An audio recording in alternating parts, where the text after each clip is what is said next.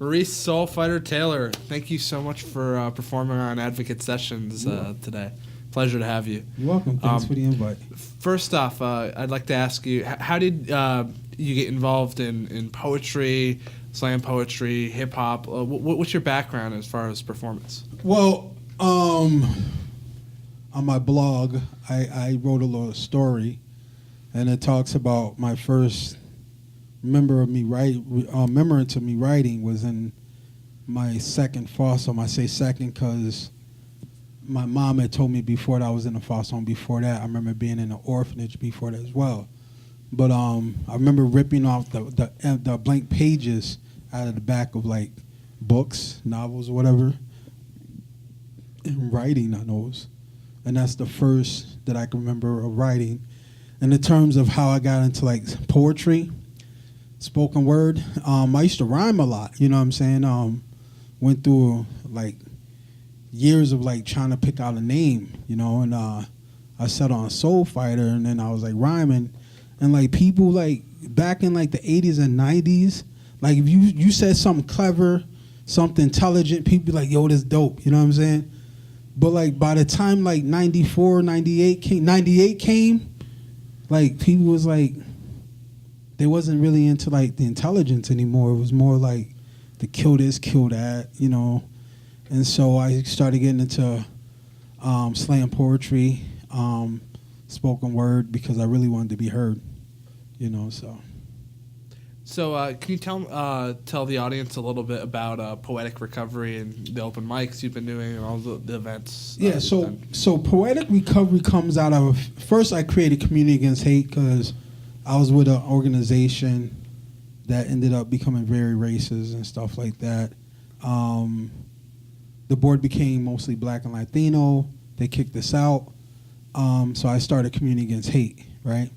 Because I felt that like we need to address these issues, whether it's misogyny, violence towards women, racism, you know, and different things like that, police violence. So I created Community Against Hate, and as a way to educate artists about social political issues, because I felt that like if we organized the artists, right, and artists started speaking about these issues, more people would become aware. And so years later, I kind of thought like, okay, so if I educate artists, where are they going to perform? There's like hardly any places for them to perform. So I created Poetic Recovery as a way to get artists to perform, as a way to support and nurture, you know, artists who want to be conscious. So that's why I created Poetic Recovery. And because I don't have money, it's been like bouncing to different places that, you know, want to bring attention to themselves or want to embrace this type of thing. So where do you host it now? So now, the second Saturday of the month, I host it in Springfield at Make It Springfield, the 168 Worthington Street. I host it on Facebook, Poetic Recovery. My page, my personal account, I'm always talking about issues of racism and poverty, so on and so forth, because many of the people there are artists, and I want them to understand what's going on. So I'm always posting information, giving them something, you know, to something real to talk about. So that's hosted on Facebook. There's also poeticrecovery.net, and in Holyoke, which is going to be on the 3rd, other than this coming Saturday, it's going to be starting in April, the 3rd Saturday of the month, at 100 Suffolk Street in Holyoke, at Hope for Holyoke. So the other point that I want to get to is that Poetic Recovery, finding self through words and phrases, is our mantra, right? As a recovering addict and recovering alcoholic and a performer, I wanted to create space for artists who want to be able to be in a space, you know, without being tempted with alcohol and drugs. Because a lot of times artists is like, well, I just got to deal with the pressure, you know what I'm saying? And we shouldn't have to put ourselves in that situation. And so I want to encourage people to come out. You know, a lot of times we talk about, you know, opiates and, you know, the high alcohol rates and stuff like that. Alcoholic drivers and stuff, killing kids and stuff like that. But we don't support spaces where people who, you know, are clean and sober can actually enjoy themselves, come out and support them, and just have a space where people can just get together and enjoy each other. You know what I'm saying? So if we want to see a community free of these abuses, then we actually have to support, a place where people can come together and connect, so. Do you have any new projects in the works or anything as far as like recordings, your blog you'd like to talk about? Yeah, I actually do. So poeticrecovery.net, if you go there now, is just like a shell of what's to come. I have a blog that I started telling a couple stories.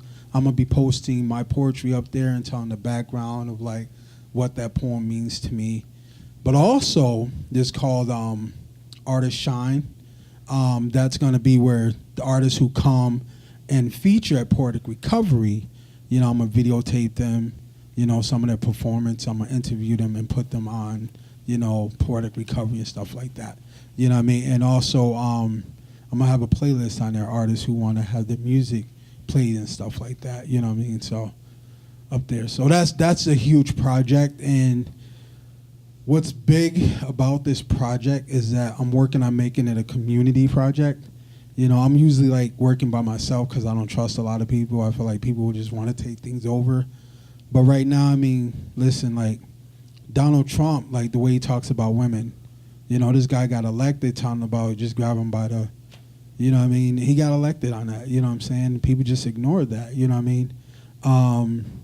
The violence, the lady that got killed with this white supremacists running in through the protest, right? But we supposed to have a country that, defends freedom of speech, right? Which doesn't mean that like, hey, I'm gonna promote violence and stuff like that and incite violence upon your community because you're different. It means that like, I'm gonna be here and I'm gonna speak about my issue, speak my truth, what I'm saying? If it's not encouraging the degradation or marginalization of another community because they're different, you know what I mean? But yet, Donald Trump calls these people, some of these people are good people, you know what I mean? It's like, wait a minute. But in the black community, if somebody commits a crime, right, and 3 people know about it, they're all going to jail. How come none of those people can be considered good people if, hey, they ain't supporting it, they just, saying that, but so like there's like a double standard, you know what I mean? So like, I can't remember where I was going with that because there's so much going on in my head right now. But I just want to create a place where like people can come together and like talk about all this stuff, right?